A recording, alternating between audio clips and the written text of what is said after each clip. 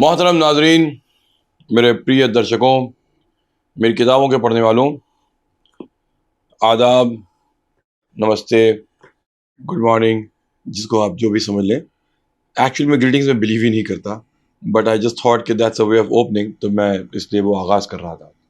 बहुत बहुत शुक्रिया, आप लोगों ने मेरे कहानियों को सुना और उसको सराहा। देखिए, मैं as I said I am a journalist, I make a living through writing stories.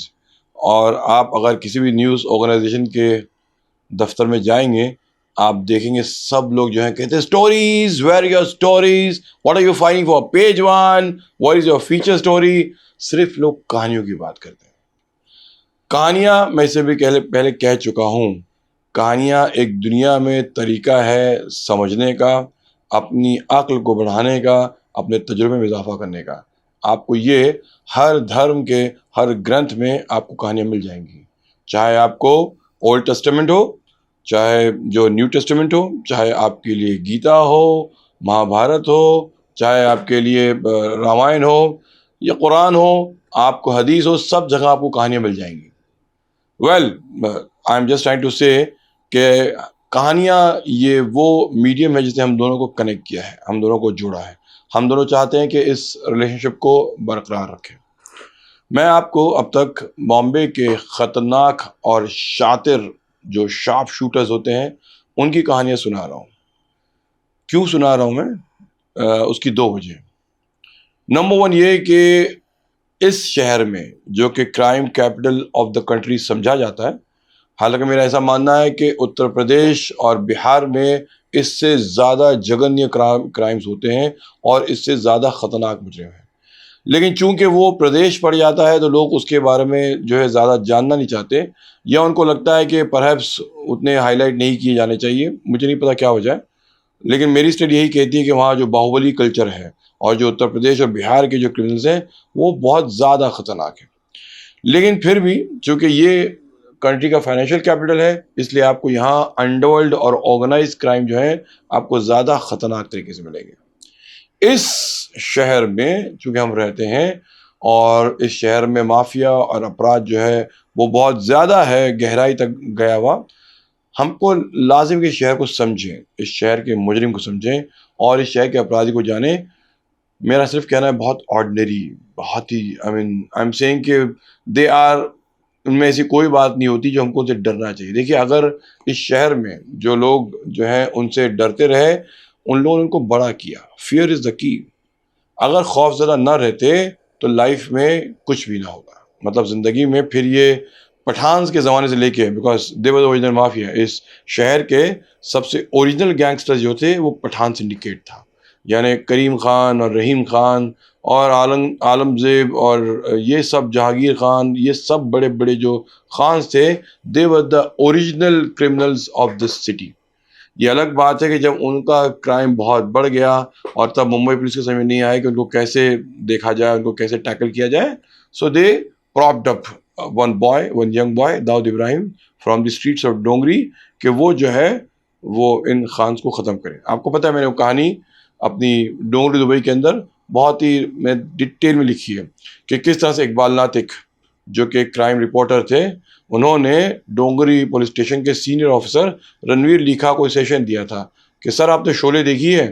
Imagine, I mean, one crime reporter telling this to police officer and Likha saying कि इकबाल, यहाँ मेरा दिमाग ख़राब हो गया इन मुजरिमों से और तुमसे फिल्म देखने की बात कर रहे हो। तो इकबाल ने कहा नहीं, मैं आपको सोल्यूशन बता रहा हूँ। जिस तरह शोले में लोहे को लोहा काटता है, मुजरिमों के ज़रिए मुजरिमों को ख़त्म किया था, आप भी इब्राहिम भाई के लड़कों को इस्तेमाल कीजिए ताकि आप पठान को ख़त्म कर सकें।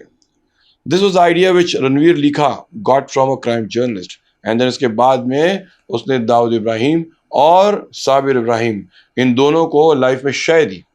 यानी उस ज़माने में दोनों बहुत कम सिन लड़के थे, they were hardly in their 20s, and for them to दुनिया में, यानी उस वक्त मुंबई के सबसे ज़्यादा कुख्यात ख़तरनाक पठान से लोहा लेना, उनको शिकस्त देना, बड़ा हो जाना, ये कोई सोच नहीं सकता था सिवाय मुंबई पुलिस की हिमायत और सरपरस्त के बगैर।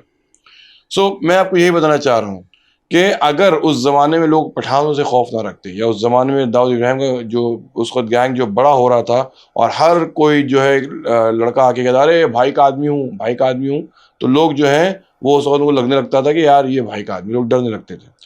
ये डर ना होता, ये खौफ ना होता, तो शायद मुंबई एक बहुत अच्छी, बहुत एक अमन पसंद जो है शहर होता हम लोग सबके लिए। एनीवे, मैं थोड़ा अपनी बात से हट गया था।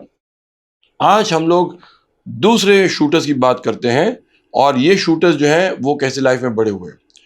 चूँकि मैंने बात सुबह दाऊद की थी, तो हम आपको बताएँ कि कुछ लोग जो हैं वो दाऊद से कनेक्ट होके बड़े हो गए। मतलब मैंने कहा ना कि दाऊद तो ख़ैर वो पुलिस की हिमायत से और हमारी पॉलिटिशियंस की सरपरस्ती से बड़ा हो गया, लेकिन कुछ शूटर्स जो थे वो दाऊद के नाम से कनेक्ट होके बड़े हो गए। तो आज एक बात करते हैं उसकी, जो दाऊद का मुखालिफ था, और तो एक उसकी बात करेंगे जो दाऊद के गैंग का था। बात करते हैं फरीद तनाशा की। फरीद तनाशा जो है वो छोटा रजन का ख़ास आदमी था। मतलब चेंबूर में सारी फाइनेंशियल और वगैरह सारी डीलिंग्स को फरीद तनाशा देखता था।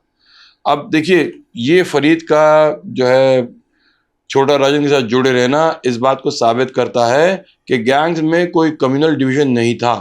क्योंकि वाकई में अगर देशद्रोही, देशभक्त, हिंदू मुस्लिम प्रॉब्लम होता, तो फिर फरीद जो है वो छोटा राजन के साथ मिलकर के क्यों काम करता। तो ऐसा नहीं कि खाली फरीद अकेले, और भी बहुत से गैंगस्टर, मुस्लिम गैंगस्टर्स छोटा राजन के साथ मिले हुए थे। जिस तरह से बहुत से हिंदू और महाराष्ट्रियन गैंगस्टर्स दाऊद के साथ मिले हुए थे, जैसे सुनील सावंत, जैसे अनिल परब, जैसे शरद Shetty.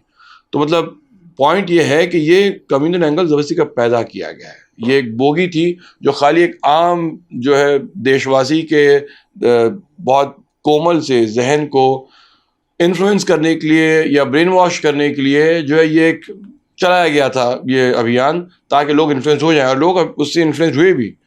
And for me, I will tell you very clearly, ना तो मैं दाऊद को देशभक्त समझता हूँ और ना छोटा राजन को देशभक्त समझता हूँ। वो रादर मैं ये कहूँ कि इन दोनों का देशभक्ति से मुतालिक सवाल करे ही क्यों आप। मतलब जो एक बेचारा आम सा आदमी कहता है अरे नहीं, छोटा राजन बहुत बड़ा देशभक्त है और दाऊद जो है वो देशद्रोही है, मैं कह रहा हूँ ये तो देशभक्ति और देशद्रोही का कनेक्शन ही नहीं दोनों का। फॉर एग्जाम्पल, छोटा राजन ने जब बॉम्ब ब्लास्ट के आरोपियों को मारना शुरू किया था, बहुत कम लोगों को पता है कि उसको इंटेलिजेंस ब्यूरो से ही was paid money to kill off those people, जो है बॉम्ब ब्लास्ट के आरोपी जो जमानत पर छुट के आ रहे थे। तो अगर देशभक्ति की ऐसी बात थी और देशभक्ति के लिए कर रहे थे बॉम्ब ब्लास्ट के आरोपियों को, तो फिर आपने एजेंसी से पैसे लिए क्यों? और जैसा कि हमको पता है कि उसके बाद दाऊद राजन हटने के बाद में राजन का जब उसने छोड़ दिया मारना, तो उसके बाद फिर रवि पुजारी ने शुरू कर दिया। और रवि पुजारी ने कैसे शुरू किया? उसने भी देशभक्ति की बोगीबरी किया था। Anyway, so I was talking about Farid Tanasha. Farid एक छोटा सा लड़का था, चेंबूर में रहता था, और उसको जो है राजन को देख देख के उससे बहुत मुतासिर होता था। सहकार सिनेमा में वो ब्लैक में टिकट कर रहा है, और राजन को सब लोग जो है बहुत इज्जत दे रहे हैं, और लोग उससे बहुत इन्फ्लुएंस्ड हैं। फरीद तनाशा उससे बहुत क्लोज आ गया, और जो है फिर उसके साथ मतलब उसके भाई, उसके बाप ने, फरीद के बाप तैयब ने कोशिश की कि बहुत उसको अपोज करें और फरीद गैंगस्टर ना बने। यहाँ तक कि लोग उसे चेंबूर से निकाल के मसगांव में ले गए, और मसगांव डॉक में भी उससे काम करवाने लगे। लेकिन समहाउ राजन जो है वो मतलब रोज़ फरीद के लिए महंगी गाड़ियाँ भेजता था, और उसमें फरीद बैठ के आता था, फिर शाम को उसको डॉक पे छोड़ के जाती थी। डॉक वाले परेशान हो गए इससे और उसकी भाईगिरी से, उन्होंने फरीद को काम से निकाल दिया। यहाँ तक कि फरीद के बाप ने जाके छोटा राजन से कहा भी कि भाई आप इसको जो है अपनी गैंग में क्यों रखते हैं, इसको निकाल दिए। तो राजन ने कहा कि मैंने उसको नहीं बुलाया, मैंने उसको शामिल करने की बिल्कुल कोशिश नहीं की, फरीद खुद जो है गैंग में शामिल होना चाहता है। यानी फरीद जिस ज़माने में 16-17 साल का लड़का था, उस ज़माने से उसको छोटा राजन अपना रोल मॉडल नज़र आया करता था, और वो छोटा राजन के साथ काम करने के लिए बहुत ज़्यादा ख्वाहिशमंद था। The point that I am trying to make here is कि नॉट एवरी क्रिमिनल, हर कोई मुजरिम जो है वो अपने हालात, अपने सर्कमस्टेंसेस की वजह से मुजरिम नहीं बनता। यानी जैसे कि हमने इससे पहले जो है मुन्ना जिंगाड़ा की कहानी में डिस्कस किया था कि वो लड़का कॉलेज में पढ़ता था, वो लड़का प्लम्बर था, उसमें कोई हालात नहीं थे उसके जो है, अगर उसको वजीर और नासिर से उसके जंग या झगड़े नहीं होते तो शायद मुन्ना जिंगाड़ा जो है उस तरह कभी शूटर या गैंगस्टर नहीं बनता। फरीद जो है बाद में इस कदर ज़्यादा बड़ा हो गया और छोटा उनका इतना ख़ास हो गया, मैं काफ़ी फास्ट फॉरवर्ड में लेके जा रहा हूँ, कि जब दाऊद और छोटा राजन के बीच में जंग छिड़ गई, तो आपको पता है कि सबसे खतरनाक दुश्मन वो होता है जो सबसे करीबी दोस्त हो। दाऊद का सबसे खतरनाक दुश्मन छोटा राजन हो गया। क्यों? क्योंकि राजन उससे बहुत करीब था, इसीलिए उसको दाऊद के हर राज, दाऊद के हर भरोसेमंद आदमी के बारे में जानता था। मिर्जा दिलशाद बेग, ये नेपाल का एक एमपी था जिसकी वहाँ की कम्युनिटी में, मुस्लिम कम्युनिटी में काफ़ी अच्छी पकड़ थी, और मिर्जा दिलशाद बेग दाऊद से भी बहुत क्लोज था। समहाउ काठमांडू में अगर दाऊद की पकड़ को कमज़ोर करना था तो राजन जानता था कि उसको मिर्जा दिलशाद बेग को रास्ते से हटाना होगा। इसके लिए उसने चुना अपने सबसे भरोसेमंद आदमी फरीद तनाशा को। फरीद तनाशा ने और बबलू श्रीवास्तव कुछ लोगों को ले जा करके उसने मिर्जा का कत्ल जो है काठमांडू में कर दिया, और उसके मरने के बाद में फरीद और ज़्यादा स्ट्रांग हो गया। फरीद जो है फिर उसके बाद से वो देश से भागा भागा था और वो यहाँ लोगों को मिल नहीं रहा था। एक दिन अचानक ऐसा होता है कि फरीद और विकी मल्होत्रा, ये दोनों जो हैं वो छोटा राजन के बहुत टॉप के शूटर्स थे। ये दोनों 24 परगनास वेस्ट बंगाल से इस देश में दाखिल होते हैं। मुंबई क्राइम ब्रांच आपको बता दें कि जब कॉल सर्वेलेंस कर रही थी, उसने देखा इन दोनों शूटर्स को कि ये लोग वेस्ट बंगाल से जो है ये इंडिया में दाखिल हुए। क्यों? Why have they entered India? कमाल की बात है। और द वे उनकी जर्नी जो चल रही थी, वो लोग हैरान थे कि ये जर्नी जो है लोग इस तरह से पहले जो है क्यों पहले यूपी की तरफ जाते हैं, फिर ये लोग क्यों दिल्ली की तरफ आते हैं, क्यों यहाँ रुक रहे हैं, और एट द सेम टाइम वो उनका कॉल बॉम्बे के बिजनेसमैन से भी हो रहा है, उनको भी कॉल कर रहे हैं, और ये दिल्ली के कुछ सरकारी लोगों से भी बातें कर रहे हैं। मुंबई की इस वक्त की जॉइंट कमिश्नर मीरन बोरवनकर जो है, जिनकी टीम जो है इन लोगों को फॉलो कर रही थी, इंक्लूडिंग उनके डीसीपी धनंजय कमलाकर, वो लोग थोड़े से हैरान ज़रूर थे, लेकिन उन लोगों ने एक बहुत अच्छी पुलिसिंग का मुजाहरा करते हुए इनको ट्रैक करना शुरू किया। फाइनली इट्स सो हैपेंड कि इन्होंने दिल्ली में एक स्टेज पे जाके सोचा कि अब इन लोगों को और मूवमेंट नहीं करने देना चाहिए, इन लोगों को गिरफ्तार कर लेना चाहिए। और फिर मिस्टर कमलाकर ने मिस बोरवनकर के हुक्म के मुताबिक इन दोनों को, विकी मल्होत्रा और फरीद तनाशा को, एक सरकारी अफसर की मौजूदगी में गिरफ्तार किया। उस सरकारी अफसर ने हस्तक्षेप करने की कोशिश की। हम सब जानते हैं, मैं उनका नाम नहीं ले रहा हूँ, मैंने इस कहानी को अपने अखबार मुंबई मिरर में लिखा भी था, और ये इन अफसर के नाम से सब कोई वाकिफ़ है, लेकिन चूंकि मैं उनकी बहुत इज्जत करता हूँ इसलिए मैं उनका नाम नहीं लेना चाहूँगा। और वो जो भी कर रहे थे वो एक नेशनल मिशन था उस वक्त, तो उन्होंने कोशिश की हस्तक्षेप करने की, लेकिन मुंबई क्राइम ब्रांच चूँकि नहीं जानती, पता है अगर आपको सारी एजेंसीज अगर बहुत ही कोऑर्डिनेटेड तरीके से काम करने लग जाएं, यानी मुंबई क्राइम ब्रांच, सीबीआई, आपकी आईबी, अगर ये सारी एजेंसीज एक साथ मिलकर काम करें तो इंडिया में क्राइम रेट और टेरर के जो बहुत से इंसिडेंट्स होते हैं वो कम होने लग जाएं। आपको पता है कि जो अब तक का जो सबसे ख़तरनाक टेररिस्ट यासीन भटकल, जिस पे वैली थेवर बुक लिख रही हैं और बहुत जल्द आने वाली है कुछ ही महीनों में, यासीन भटकल ने कई बार इस बात का फ़ायदा उठाया है कि एजेंसीज में आपस में टकराव था। यानी एक बार ऐसा हुआ कि जब भाई कल्ला में वो आके रुका था, तब उसको मुंबई की एटीएस, दिल्ली की स्पेशल सेल और आपके अहमदाबाद की एक स्पेशल स्क्वाड जो है, वो तीनों आके वेट कर रही हैं बाइकल्ला में, उस लेन में जहां पे यासीन भटकल रहता था। इस कदर ज्यादा पुलिस का जमघटा था वहां पे, और तीन तीन शहरों की जो स्पेशल पुलिस ऑफिसर्स जो थे वहां पे, यासीन जैसा एक आदमी, देखिए यासीन टेररिस्ट जरूर है लेकिन उसके पास में उस किस्म की बारीक बीनी नहीं है, लेकिन इन लोगों के अब जब इतने ज़्यादा होंगे तो कौन नहीं देख पाएगा, कौन नहीं समझ पाएगा क्या हो रहा है। यासीन ने उनके उस ट्रैप में वॉक करने से इनकार कर दिया और वो वहीं से निकल के फरार हो गया। यानी जिस किराए के घर में रह रहा था भाई कला में, वहाँ से वो डिपॉजिट भी वापस लेने के लिए नहीं गया। क्यों? क्योंकि ये तीनों टीम का आपस में तालमेल नहीं था। यही वजह थी दिल्ली में कि जब मुंबई क्राइम ब्रांच जो है वो इन लोगों का पीछा कर रही थी, अगर आईबी और मुंबई क्राइम ब्रांच का तालमेल होता तो वहाँ पे जो उन लोगों के बीच एक झड़प हुई थी वो ना होती थी। बहरहाल हुआ यही कि फरीद तनाशा और विकी मल्होत्रा को इन लोगों ने जो है गिरफ्तार करके वो लोग लेके आ गए मुंबई में। और फिर कहा जाता है कि एक बहुत बड़ा नेशनल मिशन फेल हो गया। ये जो सरकारी अफसर थे वो कह रहे थे कि उन्होंने फरीद को और विकी को इस बात के लिए बुलाया था कि उनको ट्रेन कर रहे थे कि दाऊद इब्राहिम की बेटी जो है माहरूक, उसकी शादी जावेद मियाँदाद के बेटे जुनैद के साथ हो रही थी, जिसका वलीमा जो है वो दुबई के हयात होटल में था। और बिकॉज दाऊद जो है कहीं और उसकी शादी नहीं अटेंड कर पाया था, वो दुबई में आने वाला था। इन लोगों ने प्लान कर रखा था कि दाऊद को वो लोग दुबई में ही इन दोनों लोगों को भेज के मरवा देंगे। तो इनको जो उस होटल का बाकायदा फ्लो प्लान, एग्जिट और दुबई में जाके ये ऑपरेशन अंजाम देना और वहाँ से निकलना और उनको जो बैकअप और सपोर्ट जो है वो सब कुछ दिया जा रहा था। इसलिए उनकी उस लोगों की मीटिंग इस अफसर से हो रही थी। वेल, कहते हैं कि ये ऑपरेशन नहीं हो पाया और दाऊद इब्राहिम जो है उसकी हत्या लोग नहीं कर पाए। अब मसला यही है कि दाऊद तो खैर वो उस हयात होटल में आया भी नहीं और ये सारा कुछ जो है अपना प्लान धरा के धरा रह गया। लेकिन मेरा सिर्फ यही कहना था कि अगर टीम्स के बीच में तालमेल रहता तो शायद दाऊद इब्राहिम को 2005 में मार दिया गया होता।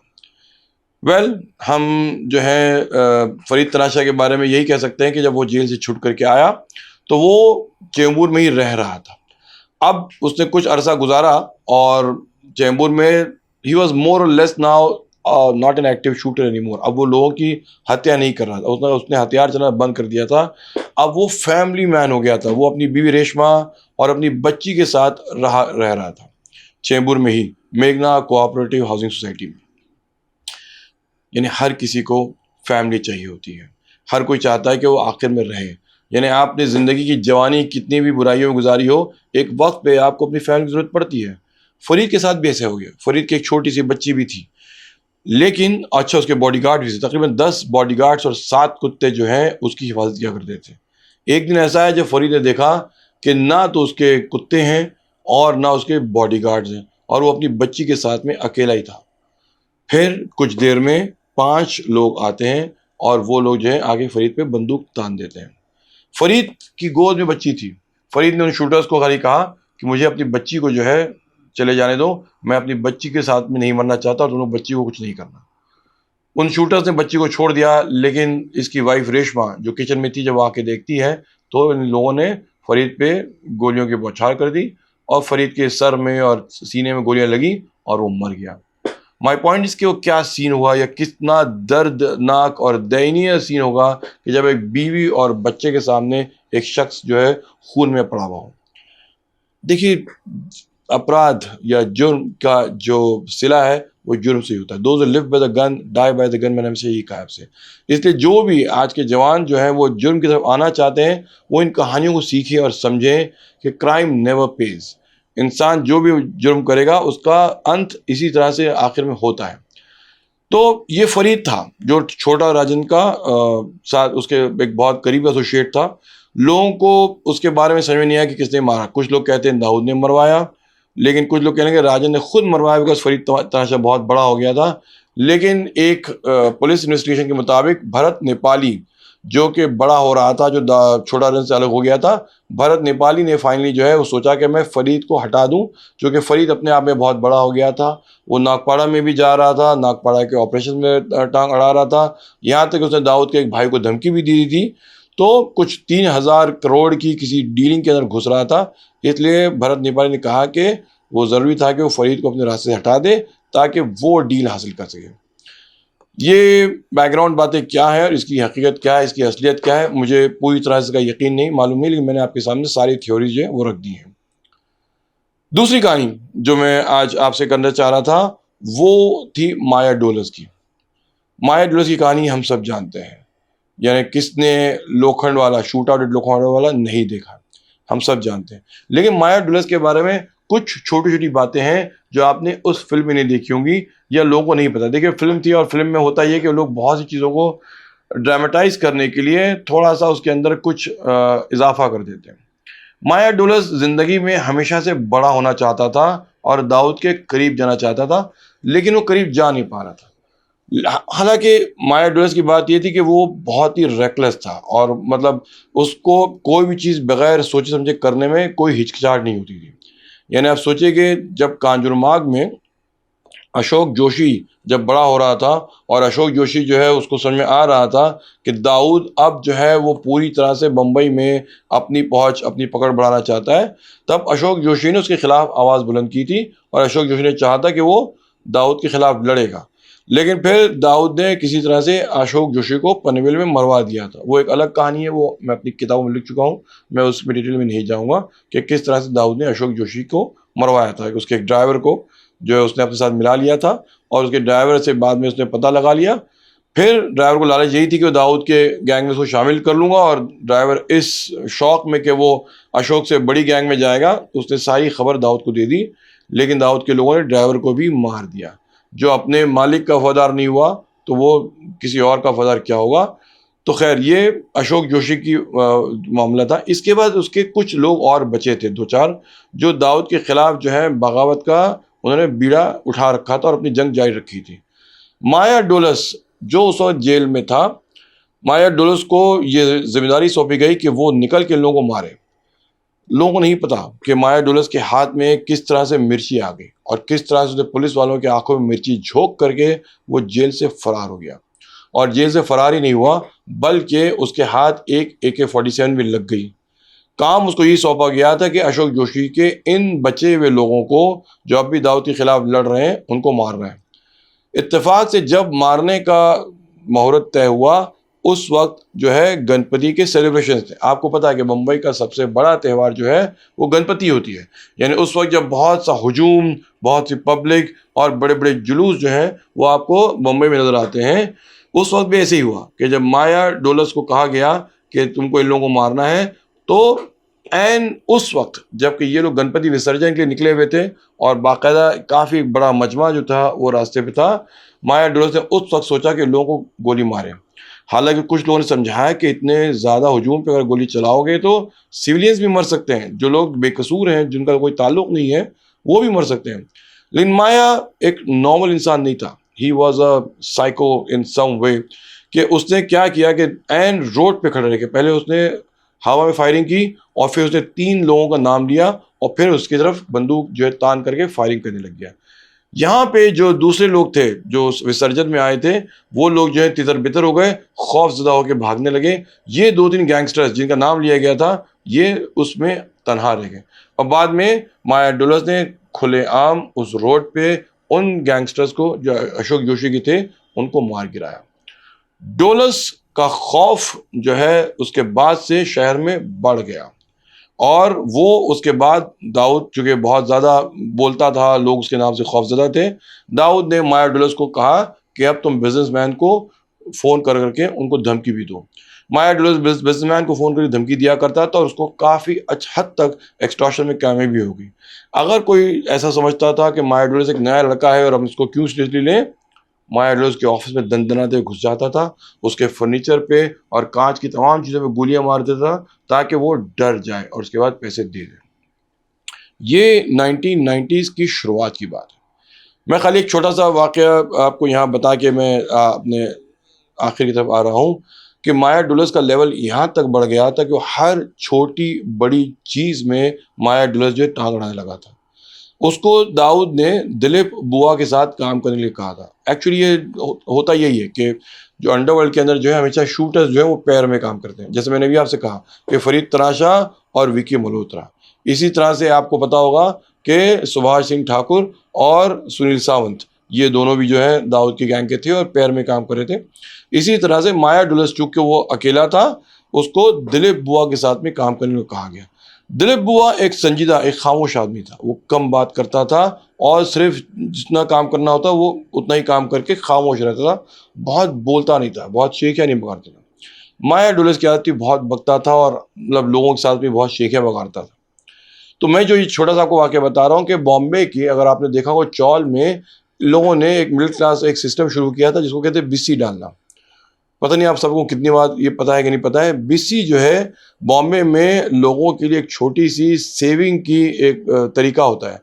पहले मतलब उस चौल में या उस लोकेलिटी में 20 लोग मिल करके 20-20 रुपए डालते थे और वो 20 रुपए जो है 400 रुपए बन जाते थे।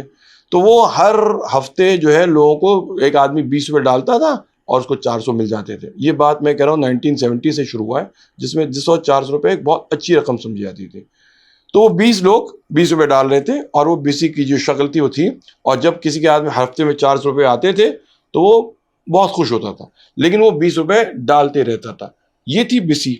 लेकिन ये बीसी बाद में डेवलप हो गई, बाद में बढ़ गई। लोग 20 रुपए की जगह 1000 रुपए डालने लगे, फिर कुछ लोग जो है वो 20,000 डालने लगे और फिर बात अब लाखों में हो गई। तो कभी कभी ऐसा होता था कि जब लाखों की बीसी पड़ रही, मान लीजिए कि बांद्रा अंधेरी सबर्ब्स के अंदर 20 लाख की बीसी पड़ रही है और अगर किसी ने 20 लाख की, अच्छा उसमें फिर 20 की भी लिमिट नहीं रह गई, पहले तो 20 की रुपए की 20 लोग थे, लेकिन फिर अब वो 20 से ज़्यादा लोग हो गए, यानी कभी कभी 100 लोग, 50 लोग भी उस कॉर्पस के अंदर आने लगे। तो जब ये लोगों ने 10-20 लाख रुपए डालना शुरू किए, उसमें कभी कभी कोई बिजनेसमैन जो है वो नहीं डाल पाता था, या उसने अपना शेयर ले लेता था और फिर वो आगे बीसी कंटिन्यू नहीं करता था। तो ये जो कॉर्पस जो फाउंड करने वाला था, फिर वो लोग माया डुलस से बात करते थे कि देखो एक आदमी ने बीसी डालने में कंट्रीब्यूशन नहीं किया है। तब माया बीच में आता था और धमकाता था और तब लोगों के साथ ऐसा सलूक करता था कि कोई भी आदमी बीसी के मामले में बेईमानी नहीं करता था। यानी यहाँ तक होता था कि लोग समझ गए कि अगर हमारे यहाँ कोई बीसी का मसला होगा तो फिर उनको जो है माया डुलस से बात करनी चाहिए। वो बहुत बड़ा बीसी का बादशाह बन गया तो उसका बॉम्बे में। फिर यानी यही सोचिए कि एक स्टेज ऐसी आती है जब एक आदमी को लगा कि वो पैसे नहीं दे पाएगा, 15-20 लाख जो कॉन्ट्रीब्यूशन करना है उसके पास उतने पैसे नहीं है। उसने उल्टा किया, यानी इंस्टेड ऑफ के उसको बीसी वाले थ्रेटन करें, वो जाके माया डुलस के पैर में गिर गया। उसने कहा कि मैं बिल्डर हूं और मैं जो हूँ बिल्डिंगें बना रहा हूँ, कंस्ट्रक्शन कर रहा हूँ, अगर तुमने मेरी जान बचा ली इस बार तो मैं आगे तुम्हारे बहुत काम आऊंगा और तुमको कोई ना कोई फ्लैट दे दूंगा। माया को उसका ये आश्वासन बहुत अच्छा लगा। अगली बार जब बीसी डालने के लोग जमा हुए तो माया डुलस सबके साथ उस मीटिंग में गया और सबसे उसने कहा कि ये आदमी मेरी सुरक्षा में है और कोई भी आदमी इसको सताएगा नहीं, ये इस बार बीसी नहीं भरने वाला है। आप बताइए कि आदमी जिसको बीसी देने के लिए लोग मतलब इस बारे में चाहते थे कि लोग बीसी डालें, वो लोग जो है इस बार इसलिए माया डुलस को बर्दाश्त कर रहे थे कि उसने एक आदमी की हिमायत में आ गया, ये बीसी नहीं डालेगा। माया डुलस का इस किस्म जो है बॉम्बे में बहुत खौफ था और लोग उसे डर रहे थे। देख होता क्या है ना कि कहावत है कि कब तक कैरी छुपेगी पत्तों की आड़ में, कभी ना कभी तो आएगी बीच बाजार में।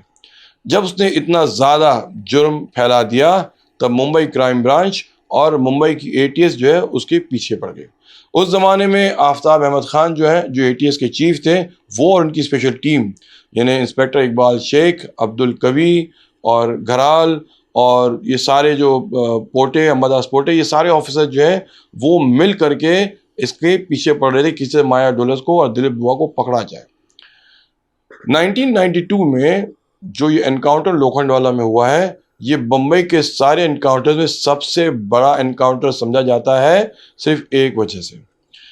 ये लोग जो हैं जब स्वाति बिल्डिंग जो अंधेरी में है और लोखंडवाला में, स्वाति में ये लोग जो है गोपाल रजवानी का घर था जिसमें लोग रह रहे थे, 6 लोग थे उसके अंदर। इसकी जब टिप जो है एटीएस तक पहुंची तब पहले इससे पहले कई बार हो चुका था कि एटीएस को रॉन्ग टिप मिल चुकी थी, वो लोग इस टिप के बारे में भी सीरियस नहीं थे। लेकिन जब उनको जो है फिर से टिप मिली और उनको मालूम पड़ा कि वाइट प्रीमियर पद्मिनी जो है वहाँ खड़ी है, जो एक्चुअली माया डुलस की फेवरेट गाड़ी थी, उन लोगों ने तय किया कि इस बार इसको जाके चेक करते हैं। तब एटीएस की पूरी टीम जो है वो वहाँ पहुँच गई। यहाँ पे जब वो लोग गए थे तो आमतौर से उस वक्त तक जो है वो मुजरिम पुलिस पर गोली चलाने की हिम्मत नहीं करता था, लेकिन माया डुलस ने AK-47 उठा करके इस टीम पर जो है उसने गोलियां बरसा दी। ऑफिसर घराल उसमें इंजर्ड हो गए और अब्दुल कवी के भी हाथ में गोलियां लग गई और सडनली एटीएस वालों को लगा कि उनकी टीम जो है वो कमजोर हो गई है। इसमें जो सबसे कमाल की बात थी कि मुंबई पुलिस ने उस वक्त जो है वो अपनी पोजीशन छोड़ी नहीं, वो लोग वहां डटे रहे क्योंकि उनको पता था कि गैंगस्टर्स बिल्डिंग में रहेंगे। लेकिन एट द सेम टाइम ये बात बहुत मशहूर हो गई कि कुछ गैंगस्टर्स ये छुपे हुए हैं। उस जमाने में आपको पता है कि सैटेलाइट टीवी नहीं थे, लेकिन बीबीसी बिल्कुल होता था। BBC टेलीविज़न वाले जो है वहाँ पहुँच गए और जो न्यूज़ टाइप वाले भी जो है वहाँ आ गए और ये दोनों लोगों ने उस जगह लाइव जो है उसकी करना शुरू करी एनकाउंटर की। उस वक़्त आफ़ताब अहमद ख़ान और उनकी पूरी टीम जो है उस बिल्डिंग का मुहासरा किए हुए थे और वहाँ से थोड़ी-थोड़ी गोलियाँ चल रही थी। अचानक आपको पता चला कि जब रेडियो पे बात फैल गई कि कुछ अपराधियों ने मुंबई पुलिस के अफ़सरान को ज़ख्मी कर दिया है, उस वक़्त मुंबई पुलिस का हर फ़र्द, हर मेंबर, हर टीम अपने लोगों की सपोर्ट में खड़ा हो गया और फिर यानी पूरे शहर में एक ऐसा माहौल आ गया था कि अफ़सरान ने जो भी इनके पास गोली, बंदूक या जो भी हथियार थे, वो अलग-अलग बिल्डिंग्स पे लाके खड़े हो गए थे और दूर से निशाने में रखे थे कि हमारे आदमी पे हमला करके ये गैंगस्टर निकल के नहीं जा सकते हैं। यानी as a reporter I found it was very inspiring कि इट फेल्ट लाइक कि मुंबई पुलिस की पी गैंग जो है वो दाऊद की डी गैंग के सामने डट गई है। ये पी गैंग वर्सेस जो डी गैंग था, जितना उस दिन देखा गया और मुंबई पुलिस ने जो जज्बे से अपने लोगों को सपोर्ट करते हुए 6 घंटे लगातार डटे रहे ताकि इन लोगों को इस वक्त बच के नहीं जाने देंगे, ये हमारे आदमी बाहर उठा के नहीं जा सकता। माया डुलस और दिलीप बुआ का अंत हुआ 6 घंटे के बाद। फाइनली पुलिस आहिस्ते आहिस्ते वो उनके करीब जाती रही और फिर उन पे फायरिंग होती रही और फिर ये लोग मारे गए। ये लोखंडवाला एनकाउंटर के नाम से बहुत मशहूर हो गया। लोग आज भी जो है, मैंने कहा कि फ़िल्में हैं, उस पे किताब में लिखा गया, मैंने खुद ने अपनी किताब में लिखा है किस तरह से इंस्पेक्टर इकबाल शेख ने बहुत बहादुरी से, यानी बाकायदा पूरा प्लान जो है वो उन्होंने सुबह ही प्लान करी है। वो सब चाहते थे इसको गिरफ्तार करना, तो ये एनकाउंटर के लिहाज से नहीं गए थे, लेकिन किस तरह से एक अरेस्ट का जो अटेम्प्ट है वो एनकाउंटर में तब्दील हो गया। ये खात्मा था माया डोलस का, ये खात्मा था दिलीप बुआ का और ये खात्मा था फरीद तनाशा का। यानी मैं सिर्फ बताना चाह रहा हूँ कि जो भी मुजरिम अपने आप में अपनी बदनामी की उरूज पे पहुंच जाते हैं, उनका खात्मा सिर्फ मौत होता है या एक बहुत लंबी जेल और एक बहुत बड़ी तन्हाई में होता है। सो दोस्तों, ये कहानियाँ मैंने आपको आज माया डोलस और फरीद की सुनाई थी।